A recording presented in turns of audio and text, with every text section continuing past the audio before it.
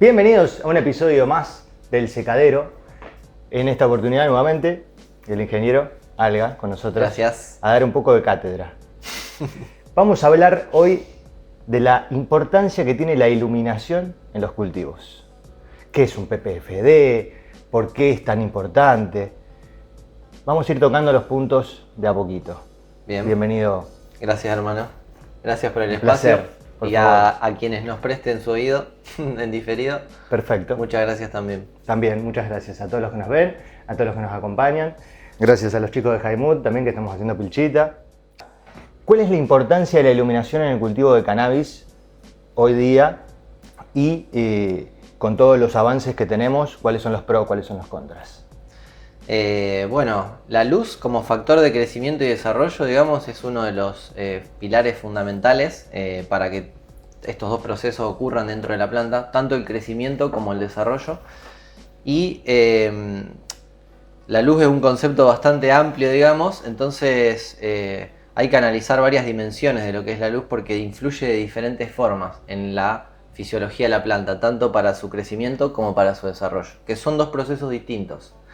Cuando uno habla de crecimiento está hablando de cambios en tamaño, cambios cuantitativos, se da cuando la planta crece básicamente y para crecer la planta, ¿qué necesita? Hacer fotosíntesis. ¿Sí? Es decir, las estructuras, el carbono que necesita para armar todos sus metabolitos primarios o secundarios, que el carbono es el esqueleto de todo eso, lo toma de la fotosíntesis. Como bien dice la palabra fotosíntesis, es la síntesis de carbohidratos mediada por la luz, porque se usa la energía de la luz, claro, exactamente. Pero no solo eso, porque también influye en el desarrollo, es decir, influye en los cambios cualitativos que tienen lugar dentro de la planta con el correr del tiempo. Esto es, por ejemplo, el espectro, que influye, por ejemplo, en la forma en la distancia internodal, a veces puede influir incluso en la estructura de la morfología de la flor. Para la gente que está viendo, el espectro sería cómo está compuesta esa luz. Exactamente. En el caso del sol o en el caso de una luminaria, sea sodio o LED, que compone por distintos colores. Sí, sí. Cuando hablamos de luz siempre estamos hablando de ondas electromagnéticas. ¿Sí? Una forma de energía, digamos. ¿Sí? Bien. Los sistemas están compuestos de materia, de energía y de información. Entonces la luz influye en todos los registros de este sistema que es la planta. ¿Por qué? Como energía influye porque la planta recibe, digamos, esos fotones que son energía y los transforma en electrones que usa después para fijar el carbono. Es decir, su crecimiento, que es algo material en la planta, está motorizado por la energía que le genera la luz. ¿Entiendes? Entonces en esos dos registros opera. Y también opera en términos de información, porque la planta lee de la luz información que decodifica a través de sus genes y hace que se exprese diferencialmente. Entonces eso va a permitir ver que, por ejemplo, un mismo clon, que es un mismo genotipo, es decir, todo el genoma de la planta es el mismo, vos lo pones en diferentes ambientes lumínicos y vas a encontrar diferentes expresiones fenotípicas. Bien. Tanto en términos cuantitativos, así como en caracteres cuantitativos, como en caracteres cualitativos. ¿Sí? Entonces, bueno, eso es como lo más importante de entender, que la luz es un factor que influye en términos energéticos, en términos de información para la planta y obviamente que está implicada también en su crecimiento material. Y de crecimiento particularmente es el factor más importante porque es donde comienza todo, digamos. Para que la planta crezca tiene que tener lugar la fotosíntesis. Todo el crecimiento después es una reacción en cadena o en un efecto dominó, digamos. Y bueno, cuando uno va a caracterizar el ambiente lumínico en el cual una planta está creciendo, hay varios atributos del ambiente lumínico que son importantes. Bien. Es decir, no es solamente cuánta luz le das, sino qué tipo de luz le estás dando. Y también el fotoperíodo, es decir, la relación entre la luz y la oscuridad, porque esas tres cosas generan respuestas diferenciales en la planta. Bien. Ahora bien, ¿cómo se miden estos atributos? ¿Sí? Lo que respecta a la cantidad de la luz es el atributo que se usa, o sea, el parámetro que se usa para medir la cantidad de luz que está recibiendo una planta es la intensidad lumínica. Bien, ¿y eso lo podemos medir con? Se usa en la intensidad lumínica se expresa en términos de PPFD, porque, o sea, esa es como el parámetro se llama así, que significa densidad de flujo de fotones fotosintéticos en inglés, ¿sí? Entonces, y la unidad es micromoles por metro cuadrado por segundo. O sea, El por segundo te dice que es una cuestión de flujo, entonces está involucrado el tiempo. El metro cuadrado implica superficie y los micromoles es la cantidad de fotones, digamos, básicamente, Perfecto. que están llegando a una superficie en un tiempo determinado. Y en este caso son los ppfd, que son los que se miden porque son los que la planta puede transformar en materia, ¿sí? Bien. Cuando uno habla de ppfd, dijimos que la luz es una onda electromagnética. Las ondas electromagnéticas se caracterizan por sus longitudes de onda y sus frecuencias. Hay longitudes de onda más largas y más cortas, y eso tiene relevancia, como dijimos antes, en cuanto a la información que la planta lee de ese ambiente, y eso genera respuestas diferenciales. Es decir, en un espectro distinto vamos a tener distintos desarrollos e incluso también distinto crecimiento, ¿sí? Exacto. Entonces, bueno, el ppfd, digamos, como atributo, incluye desde 300 nanómetros hasta 700 nanómetros, ¿sí? Está muy cerca del rango visible, es decir, el ojo humano ve desde 280 nanómetros aproximadamente hasta 730 nanómetros, ¿sí? Ese es nuestro campo de visión del humano. El humano. Entonces, cuando vos medís, por ejemplo, con un luxómetro y medís los lúmenes o el lux que tenés en un determinado, digamos, ambiente, ahí vos lo que estás midiendo de todo el rango electromagnético es lo que el ojo humano ve, ¿sí? En cambio, cuando vos medís el ppfd, de todo el rango lo que estás cuantificando es lo que la planta tiene la capacidad de transformar en biomasa. Bien, o sea que sería una medición más precisa. Para el caso del cultivo, sí. Si vos querés, no sé, por ejemplo, para este set de iluminación tenés que usar el luxómetro. Bien. Pero para una sala de cultivo donde están creciendo plantas, lo que a vos te interesa medir en rigor es la capacidad de toda la energía lumínica que hay, la que la planta puede transformar en biomasa, ¿sí? Perfecto. Ahora bien, que la energía fotosintéticamente activa esté en ese rango no significa que lo que está por debajo de 300 nanómetros, lo que se llama ultravioleta, ni lo que está por encima de los 700 nanómetros, que se llama rojo lejano o más bien infrarrojo, son dos rangos que al ojo humano son invisibles y que la planta no los transforma en biomasa, pero no obstante juegan un rol importante en la señalización, en el desarrollo. Bien. ¿Sí? Entonces, bueno, pero para redondear un poco lo que respecta a la cantidad de energía, otro factor que es muy importante a tener en cuenta cuando vamos a evaluar el ambiente lumínico de una planta es el DLI, ¿sí? Que el DLI es una medida un poco similar a lo que es el ppfd. Lo que hace de diferencia el DLI es que en lugar de usar como unidad de tiempo el segundo, usa el día. Bien. Y eso lo que tiene es que es un poco más integral, porque en rigor lo que a vos te importa para ver el crecimiento de la planta o a lo que la planta va a responder es a la cantidad de horas de luz más la intensidad. Entonces el DLI, de alguna manera, como la unidad de tiempo que usa es un día completo, está también incluyendo la cantidad de horas de luz. Una planta que puede crecer a un ppfd igual en dos ambientes distintos, si vos le das más fotoperiodo acá, va a crecer más, porque tiene más horas fotosintetizando. Entonces al final del día recibió mayor cantidad de energía lumínica. Entonces el DLI es un parámetro un poco más preciso para lo que es la gestión de la intensidad de la luz, ¿sí? Perfecto. Ya que considera también el fotoperiodo. Esto en cuanto a este primer parámetro, que es el cuantitativo, digamos, de la luz, ¿sí? Después dijimos también que hay un parámetro importante que es el cualitativo, que hace referencia al espectro, ¿sí? Y bueno, y esto es un mundo súper complejo. Es como la genética, son universos complejos porque son muchas las variables que entran en juego cuando vos querés hacer un análisis comparativo, ¿sí? Bien. Entonces, bueno, y ahí hay muchas diferencias que también están condicionadas por el desarrollo tecnológico, digamos, ¿no? Lo que es un halógeno de sodio, de un mercurio halogenado, o lo que es, perdón, el sodio no sé si es un halógeno, el mercurio estoy seguro que es un halógeno, pero el sodio no estoy seguro. Sé que es una lámpara de gas de alta presión, pero bueno, después salieron los LED COPS, después salieron los LED SMD, y bueno, cada tecnología tiene su particularidad, su pro y su contra, ¿no? Tal cual. Pero, bueno, en términos de la planta, el espectro juega un rol muy importante porque cada rango del espectro electromagnético incentiva diferentes procesos, tiene diferente dinámica de absorción, tanto en la hoja como a nivel de canopeo, Y bueno, eso determina obviamente que distintos ambientes lumínicos, a un mismo PPFD, distintos espectros, vas a ver distintas respuestas, ¿sí? No es el mismo No. churro que sale con sodio que el que sale con LED, por más que tengamos la misma cantidad. No, y eso, bueno, puedo dar testimonio personal porque eso lo hemos investigado. Tenemos de hecho en la asociación unas salas donde llevamos a cabo investigaciones y probamos justamente la diferencia de los espectros. Y está obviamente todo variado también por cromatografías que hacemos con el CONICET en convenio. Y se han visto diferencias significativas en cuanto al contenido cannabinoide, en cuanto a la estructura de la morfología floral también. Como pasa también entre interior y exterior, digamos, vos ves estructuras de flores muy distintas, principalmente porque hay un distinto ambiente lumínico. Hay muchos más diferencias en términos ambientales, pero ese es uno de los motivos principales, ¿no? Tal cual.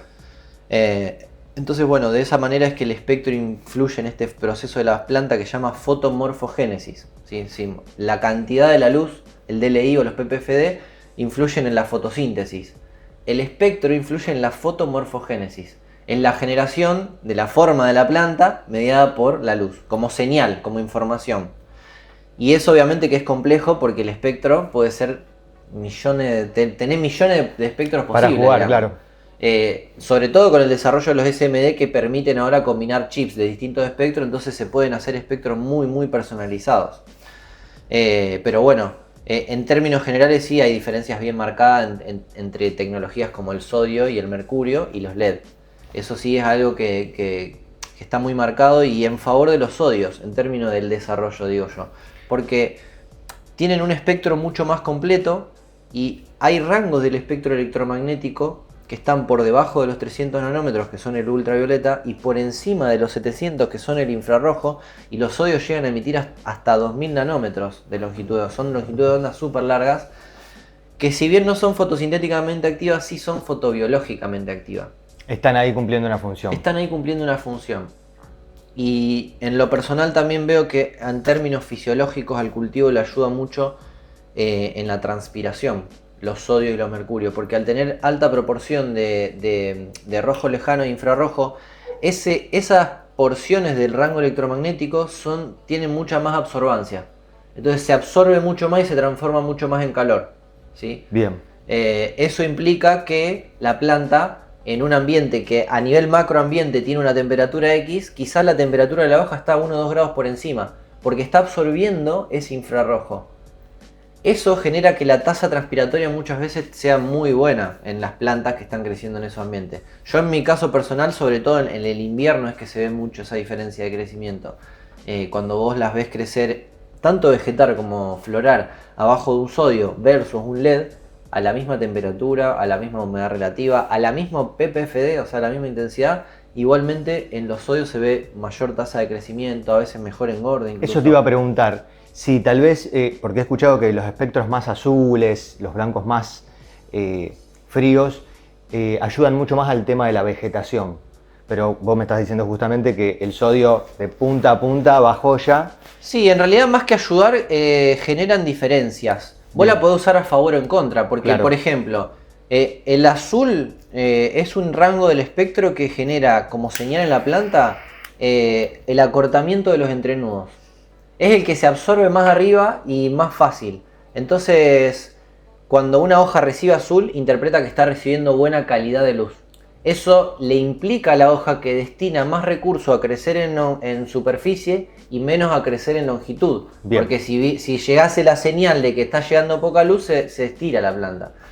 Entonces eso hace que las plantas que crecen en espectros más fríos, con mayor proporción de azul versus rojo, normalmente tienen distancias internales más cortas. Entonces, que sea mejor o peor va a depender de lo que vos quieras. Que vos quieras y lo que Capaz que tenés genéticas que naturalmente son de internudos cortos y no te ayuda para nada tener plantas súper petizonas.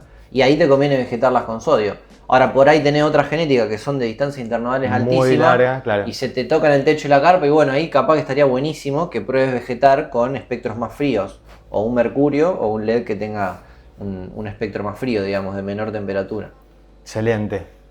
Entonces bueno, eso depende de eso. Y después, siguiendo un poco con las otras partes del espectro y cómo eso influye en la planta, las dos, digamos, porciones del espectro que la planta tiene mayor eficiencia de absorción son en el rango del azul y en el rango del rojo. Es decir, de todo el espectro visible, que son cuando uno habla de 300 a 700, normalmente se categorizan en colores.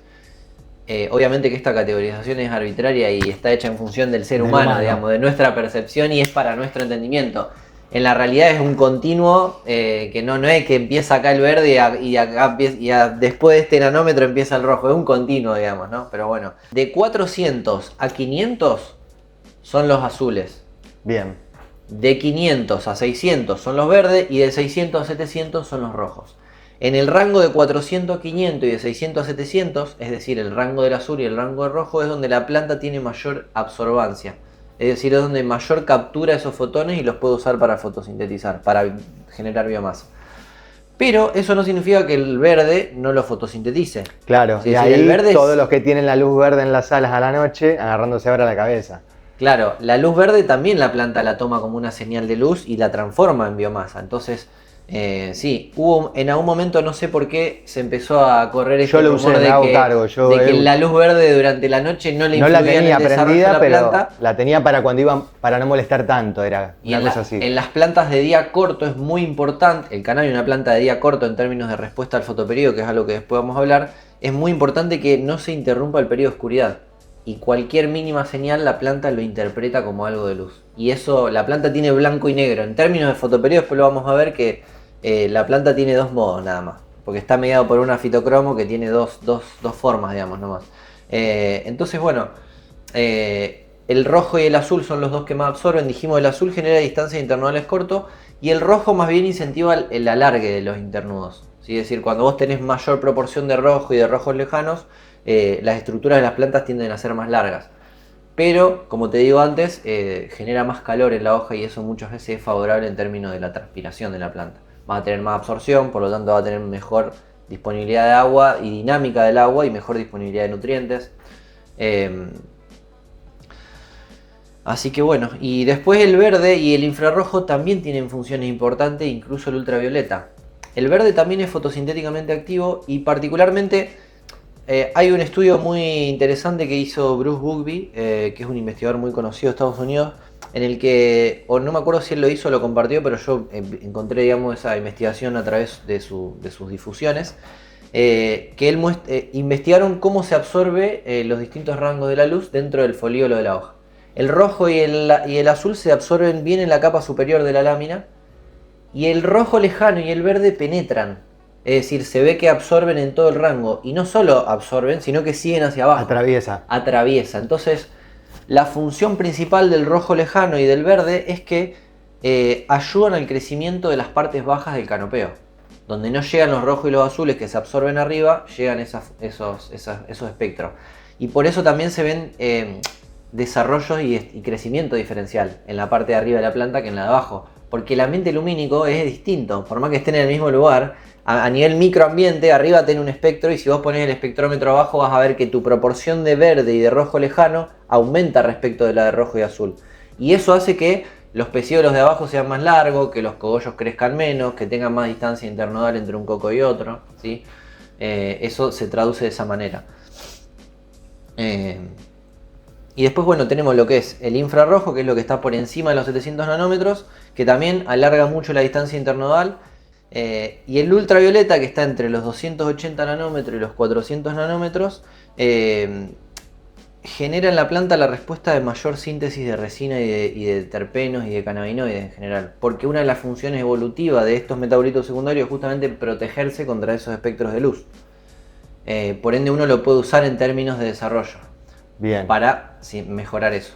Por supuesto que esto también abre, y cuando uno dice que es muy complejo esto, porque claro, si esto me sirve para sintetizar cannabinoides o terpenos, ¿para qué le voy a poner UV, por ejemplo, en el vegetativo? ¿O para qué le voy a poner UV en el inicio de flora donde no hay resina? Y bueno, ahí entra en juego un montón de investigaciones que hay por hacer, ¿no? Porque quizás a pesar de que no hay resina, igual incentiva la síntesis de otros metabolitos secundarios que ayudan a la planta o a combatir plagas, o erradican plagas, o ahuyentan plagas, ¿sí? Entonces, bueno, es todo un campo que hay que investigar y bueno, por suerte también el avance tecnológico está acompañando. Cada vez más llegan equipos de luces que tienen canales de dimerización separados para que vos puedas modificar el espectro. Y bueno, esto abre obviamente todo un campo de estudio. Y sí, para jugar con diferentes genéticas y el día de mañana tener la genética con el programa de iluminación necesario. Claro.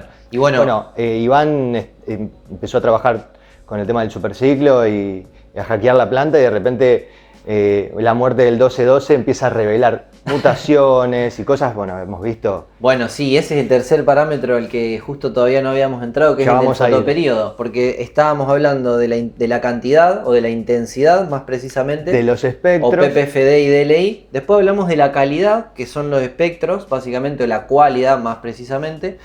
Y por último tenemos el fotoperíodo, que también influye en el desarrollo. ¿Por qué? Porque las plantas, no en todas, hay casos que son plantas que son no fotosensibles, las que se llaman autoflorecientes, que no responden al fotoperíodo, digamos, tienen ya programado en su genoma un tiempo térmico al cual tienen que desarrollar flores, ¿sí? Eso no quita que el espectro de luz sí influya. El espectro sí influye, más no el fotoperíodo. El fotoperíodo no. Ahora, los PPFD y el DLI más el espectro sí influyen en las autoflorecientes, claro. Vos en los autoflorecientes lo que no pensás es en el fotoperíodo, pero en los otros dos aspectos de la luz sí. Todo eso hace que uno cuando esté trabajando con autoflorecientes no tenga que atender al fotoperíodo, pero sí obviamente a los otros atributos de la luz. Y en el caso de las que son sí fotoperiódicas o fotosensibles, una cuestión importante a entender es que el cannabis es una planta de día corto y de respuesta cuantitativa, ¿sí? Las plantas en general se clasifican como de día largo, de día neutro, de día corto.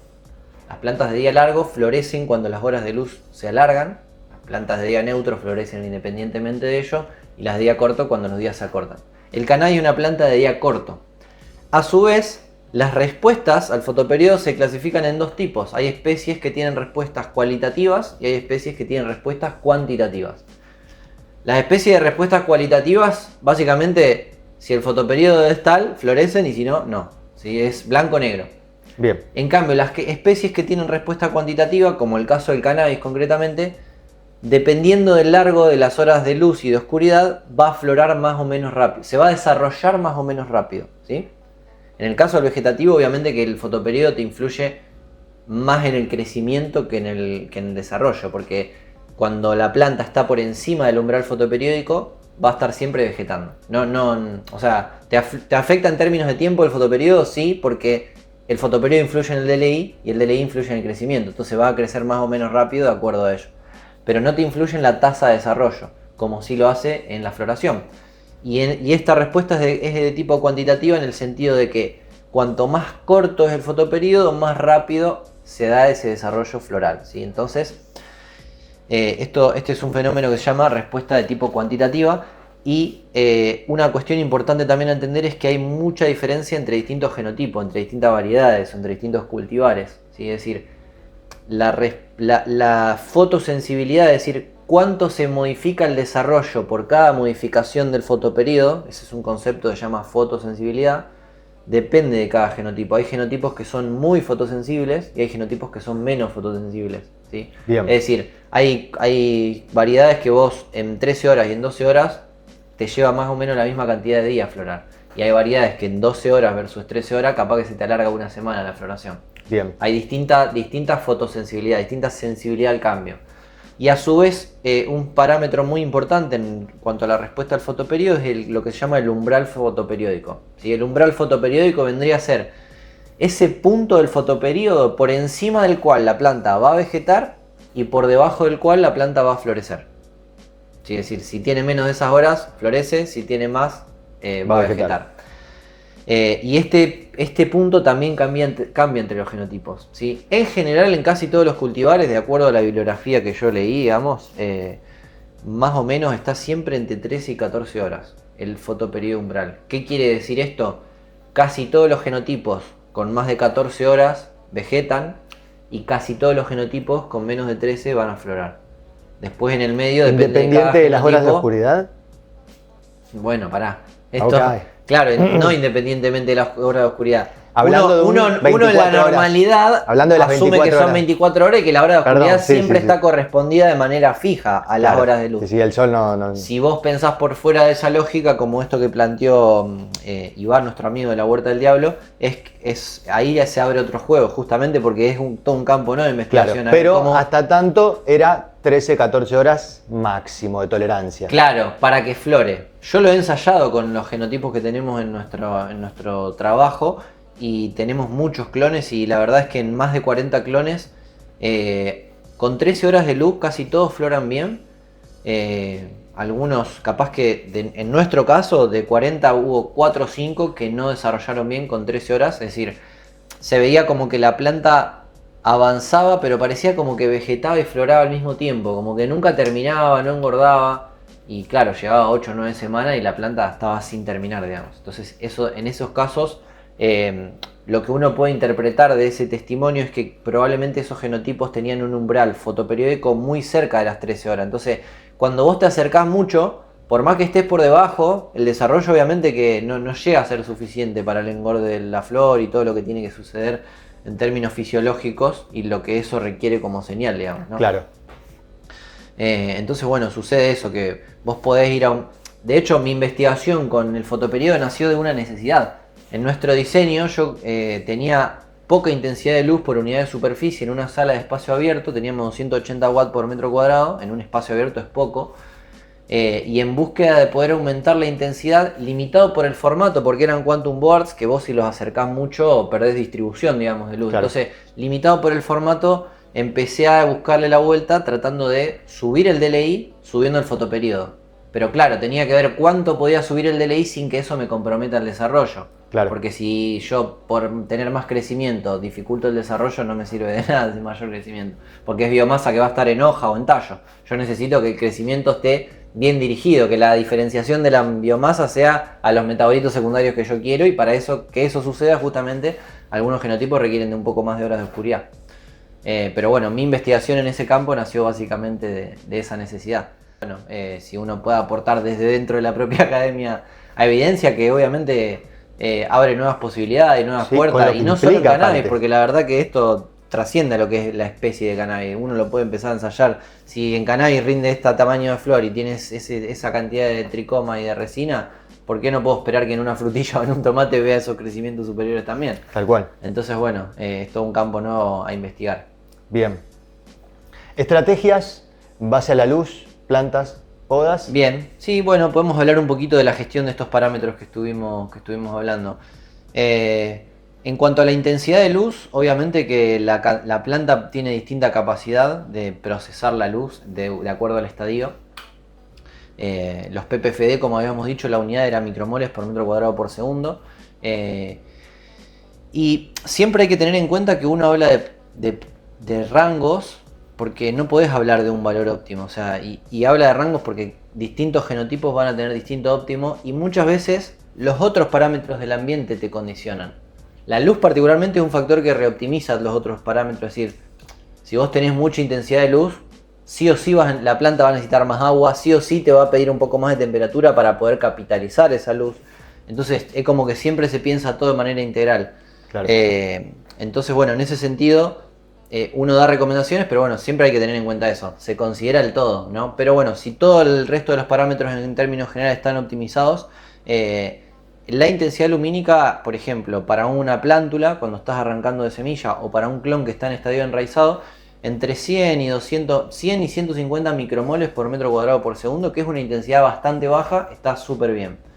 Si vos le das más, tenés el riesgo de generar fotoinhibición. O sea, la planta no tiene los pigmentos fotosintéticos necesarios para absorber la cantidad de energía que vos le podés dar con tu instalación, probablemente. Entonces, siempre Claro. al inicio, tanto durante la clonación como durante el estadio de plántula, lo conveniente es trabajar con ambientes lumínicos suaves, particularmente en términos de cantidades, en rango de 100 a 150 micromoles. Excelente. Después, cuando la planta empieza a avanzar en el crecimiento y entra en estado vegetativo, ahí ya va teniendo más capacidad de absorber. Entonces, ya vamos a pasar a rangos óptimos de intensidad lumínica en un vegetativo temprano de 300 a 400 quizás las primeras semanas, y ya cuando estamos en este vegetativo avanzado estamos hablando de entre 500 y 600 micromoles. hablando, o sea, y esto es importante, hay que integrarlo con el fotoperíodo, porque depende de qué fotoperíodo estemos hablando, no solo la temperatura. Claro. Una cosa es trabajar con 24 horas de luz y otra cosa es trabajar con 18 horas de luz. Eso te va a cambiar. Obviamente que vos en 24 horas de luz vas a necesitar una intensidad menor para lograr la misma cantidad de crecimiento. Bien. Por una cuestión de balance. Entonces siempre por eso en ese sentido es más útil pensar en el DLI. Y en términos de DLI, que se miden moles por metro cuadrado por día, para un vegetativo temprano 15 moles, 20 moles por día está bien. Para un vegetativo más o menos avanzado entre 20 y 30 moles está bien. Y para un estadio inicial de floración a fin de floración, hasta 40 moles lo puedes llevar. ¿Sí? Bien. 43, un poquito más también, 45. Sin obviamente integrar CO2. Sí, sin integrar CO2. Estamos hablando de un cultivo llevado... Sí, en condiciones climáticas de concentración normales de dióxido de carbono atmosférico. Bien. Exactamente, sí. Pero obviamente que esto también va a estar integrado a la temperatura y al espectro muchas veces, porque según el espectro que tenga la luz, la planta se va a saturar antes o no. Este fenómeno que se está viendo mucho ahora del photobleaching, que se ven las puntas de las flores todas blanquecinas, eso es un fenómeno de exceso de luz, ¿sí? No por la cantidad de luz, sintetizarlo. No solo por la cantidad de luz, sino por la integración entre la cantidad y la calidad de la luz. Es decir, de acuerdo al espectro, la planta va a tener más o menos capacidad de soportar esa luz. Cuando el espectro abusa del rojo y del azul, la planta satura mucho antes. Los LED COPs a bajas intensidades ya te empiezan a hacer photobleaching. Las luces comunes, digamos, que no tienen agregado verde o que no tienen agregado infrarrojos, lo mismo. Entonces, en el sodio, en cambio, tenés mucha más posibilidad. Después te termina limitando, obviamente, la distancia a la luz por el calor que genera la tecnología, digamos, ¿no? Claro. Pero tiene mucha más tolerancia a la intensidad alta de la planta, incluso sin CO2, sin que genere photobleaching. Y el caso extremo y por excelencia es el sol. En el sol, los días de verano, llega a haber hasta 2000 micromoles. Que es el doble de lo que se usa en una carpa. ¿Y vos cuándo viste en la naturaleza una planta que tenga photobleaching? No, nunca. No existe. No lo vi. Es porque el balance espectral del sol es en el cual evolucionaron las plantas, claramente, ¿no? Entonces es donde más umbral de tolerancia tiene. Por eso, cuanto más el espectro se asemeje al sol, como el del sodio, el del mercurio, respecto a los LEDs, mayor tolerancia tiene la planta sin que eso le genere un problema como es el photobleaching. Y que lo siga fotosintetizando. Exactamente, entonces bueno, retomando el hilo un poco porque estamos integrando, vamos un poco de información de todo lo que pasa, hay que tratar de llevar el hilo conductor así, así llevamos a buen puerto y la gente se puede llevar buena calidad por supuesto, de información. El DLI dijimos que está integrado a la temperatura y también al espectro y bueno, y obviamente al dióxido de carbono. Cuando uno agrega dióxido de carbono, la planta empieza a poder capitalizar más ese DLI, ¿sí? Porque el dióxido de carbono es el insumo de la fase lumínica de la fotosíntesis. La fotosíntesis tiene dos partes, fase lumínica y fase oscura o ciclo de Calvin. La fase lumínica es la etapa en la que la planta captura ese fotón que llega a la luz y lo transforma en un electrón. Eso lo hacen los pigmentos fotosintéticos. Ese electrón es el que usa como energía para unir los carbonos en la fase oscura. Entonces, y el insumo de la fase oscura es el dióxido de carbono. Entonces, cuando vos le das mucha luz, sucede algo que, me voy a tener que meter un poco en la química biológica. La enzima que se encarga de fijar el dióxido de carbono en la fase oscura, en el ciclo de Calvin, se llama rubisco. Es la enzima más abundante del mundo. En el reino vegetal y en el mundo es la enzima más abundante. Okay. Y el nitrógeno que nosotros le damos a las plantas, el 35% del nitrógeno va a la rubisco más o menos. Creo que más, de hecho. Me parece que depende de la especie, puede llegar hasta el 70%. Es decir, casi todo el nitrógeno está ahí, en esa enzima, que es la que se encarga de fijar el dióxido de carbono. La rubisco es ribulosa, no me acuerdo el nombre complejo, pirofosfato, sí, hay que buscarla porque es un coso técnico. Pero el CO ese que termina al final es porque es carboxilasa y oxigenasa. Es una enzima que tiene la particularidad que es reactiva al oxígeno y es reactiva al carbono. Entonces, ¿qué sucede? Cuando hay mucha energía disponible, esa rubisco empieza a tomar como insumo, como sustrato, si ya agota el dióxido de carbono, empieza a tomar el oxígeno. Y se da un fenómeno que se llama fotorrespiración. En lugar de darse la fotosíntesis, la planta fotorrespira. Y la respiración es una pérdida de carbono. O sea que no lo queremos a eso. No queremos fotorrespiración, porque si la planta fotorrespira, la respiración es una combustión de carbono. Las plantas igualmente tienen respiración, todas las células tienen respiración celular porque lo necesitan para vivir. Ahora bien, para respirar, ¿qué combustionan? Los compuestos carbonados que fijaron en la fotosíntesis. Ahora bien, si vos esos compuestos, en vez de fijarlo como carbono, los volvés a liberar, los respirás, los combustionás y los liberás, no estás creciendo, porque el crecimiento es la ganancia neta de carbono, digamos. Claro. Entonces básicamente sucede ese fenómeno que es la fotorrespiración, y por más que vos agregues intensidad lumínica, la planta no lo capitaliza como en crecimiento, hasta termina siendo perjudicial cuando genera fotobleaching. Claro. En tal caso, cuando uno puede agregar dióxido de carbono, y ahí sí puede empezar a aumentar un poco, porque la planta, al tener el insumo necesario para la fase oscura, tiene mayor capacidad de absorber luz sin que eso le genere daño, porque lo usa, digamos. Fantástico. Bien, esto en cuanto a la gestión de la intensidad y el DLI. Y obviamente que los PPFD van acompañados al DLI y al fotoperíodo. Es decir, cuando nosotros estamos pasando de vegetativo a floración, tenemos que, si venimos por ejemplo trabajando con 24 horas del vegetativo y vamos a pasar a 12 horas, si vos te pones a pensar, estás disminuyendo a la mitad la cantidad de horas de luz que la planta está teniendo. Entonces, si vos le querés dar la misma cantidad de energía que venía recibiendo la planta, le tenés que dar el doble. Entonces, si vos con 24 horas venías vegetando con 500 micromoles, pasás a flora a 12 horas y para lograr la misma tasa de crecimiento necesitas 1000 micromoles, ¿sí? Buena data. Sí, por supuesto. Y esto del DLI del fotoperíodo está muy bueno porque también te permite jugar con las instalaciones, digamos. Si vos de pronto no tenés mucho dinero para arrancar, podés armarte una sala que tenga baja intensidad lumínica y compensar esa baja intensidad con fotoperíodos de 24 horas. Vos con 24 horas y 300, 400 micromoles ya tenés un ritmo de crecimiento vegetativo aceptable y no tenés que tener una inversión enorme en luces, ¿sí? Tal cual. Porque estás jugando con el DLI ahí. Perfecto. Entonces, bueno, eso en cuanto a la gestión del DLI. La gestión del espectro se hace básicamente, salvo que tengas esos equipos que tienen canales independientes, es una cuestión de diseño y de decisión. Digamos, está condicionado por la tecnología que uses. Bien. En cuanto a mi caso personal, yo siempre prefiero el desarrollo y la calidad que se obtienen en los sodios. Esto no significa que los LED no sean la mejor tecnología. Para mí la mejor tecnología que existe, o sea, lo quiero dejar claro, la mejor tecnología que existe hoy en día en un análisis integral son los LED, por amplia diferencia, porque son mucho más eficientes, porque te levantan menos temperatura, porque consumen menos energía, digamos, te requieren menos energía para enfriar el lugar.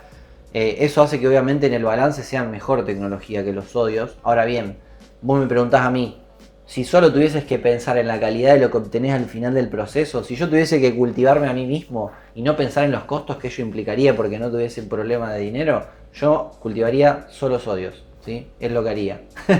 En mi caso personal, y es obviamente que esto es una cuestión de gusto y de preferencia. También salen muy bien las plantas y yo veo muy lindos desarrollos cuando son espectros combinados. Obviamente que en los LED también salen increíbles, ¿eh? Sí, pero sí, en mi caso personal me declaro un sodio lover. Sí, aparte que vos buscás también metabolitos secundarios específicos, terpenos que ya cambian entre uno y otro y si no tenés forma de recrearlo, claro. I love sodio. Sí. Bueno, he escuchado un par que al grito de vamos el sodio, como el loco George, no se suben a otras tecnologías y después terminás utilizándolas por una cuestión de... Es un loco que no tiene tanta locura porque, viste, dice que nada, es... Algo sabía. Sí, ya, algo sabe, George algo sabe. Ya lo vamos a tener por acá también. Le mandamos un saludo, sí, le mandamos un saludo. Así que, favorito de alga para cultivar hoy en día, si se tiene que cultivar el mismo... 2 sodios. Sodios. Sí, señor. Bien ahí. ¿Qué nos queda pendiente de la iluminación? Hablamos de los... Bueno, no, es importante tener en cuenta a la hora de gestionar la intensidad que vos tenés para jugar con la altura, tenés para jugar con la dimerización. Siempre el manejo más eficiente es a la menor altura posible y dimerizar si tenés la posibilidad. ¿Sí? Si tenés un equipo que no dimeriza, solo podés jugar con la altura para modificar la intensidad. Tener en cuenta también que cuando la planta crece, sola se modifica la intensidad porque la planta se va acercando a la luz. Tal cual. Y esa modificación, la altura es un parámetro súper relevante en la eficiencia del uso de la luz, porque la modificación de la intensidad de la luz que está recibiendo la planta es la inversa del cuadrado de la modificación de la distancia. ¿Qué significa esto? Si yo bajo la mitad la distancia de las luces a las plantas, la intensidad que reciben las plantas se multiplica por 4 en vez de por 2. Si yo la divido por 3, la intensidad se multiplica por 9. Entonces, eso hace que sea un parámetro muy importante la altura. Obviamente que también está condicionado por el formato del equipo. Una cosa es tener una parrilla que te cubre perfecto tu superficie de cultivo y la podés llevar a esta distancia a las plantas. Y otra cosa es tener un sodio o un quantum board que de pronto tienen formatos compactos y bueno, vos ahí comprometés un poco la distribución también jugando con la altura a veces. Entonces ahí estás un poquito más limitado. Sí, hay que empezar a utilizar herramientas para ya ir afinando cada vez más Claro. en este tipo de investigaciones y herramientas como los chicos de Data Druid ahora que están sacando el medidor de PPFD. No, una Spectrum, maravilla, una locura maravilla. con todo Poder lo que medir estuvimos con hablando. un costo aparte razonable y accesible a por lo menos a los que somos a la realidad argentina, ¿no? Porque importar esos equipos de afuera es bastante costoso, pero bueno, también está a la mano el luxómetro, que es un instrumento válido. Hay factores de conversión que los pueden buscar. Le pones a ChatGPT en 2 segundos, me pasaba un factor de corrección de lux a PPFD de tal tipo de luz que tengo y solo te lo va a tirar. Vos le cargás la cantidad en lux y te lo pasa a PPFD. Ya hay un montón de herramientas, incluso en el mismo celular. Yo tengo hay el medidor de aplicaciones. PPFD. Para Android está Photon y para. No, perdón. Para Android es PPF o Parmeter. PPFD-Meter. Parmeter o PPFD-Meter. Y en Apple está Photon, que son muy buenas. Tenés que usar un difusor blanco y. Obviamente que no tenés un medidor de PPFD, pero tenés un buen estimador y por lo menos para gestionar el parámetro es muy útil. Por lo menos para tener una idea ahí cómo estás, ¿viste? Sí, señor, sí, señor. Buenísimo. Un lujo. Un lujo. ¿Querían ¿Cuánto? saber de luces? ¿Querían saber cuál era la diferencia entre el sodio o el LED? ¿Y qué se logra con uno y otro? Y además cómo interviene en la fase metabólica de la planta. Porque Sí. yo te digo, no tenía ni idea de todo lo que me acabas de contar.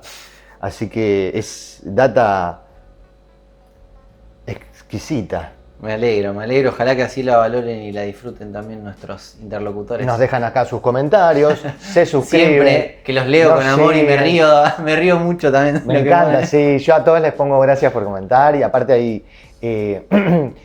siempre gente tirando data adicional, dando su observación y eso creo que es fundamental para que el cultivo, la investigación del cannabis siga creciendo, ¿no? Que seamos cada vez más cultivando y cultivando cada vez mejor todos. Así es. A por ello. Un placer siempre. El placer En es esta mío. nueva mío. edición de Iluminación. Domingo, 20 horas, siempre por Me YouTube. encantó. Muchas gracias.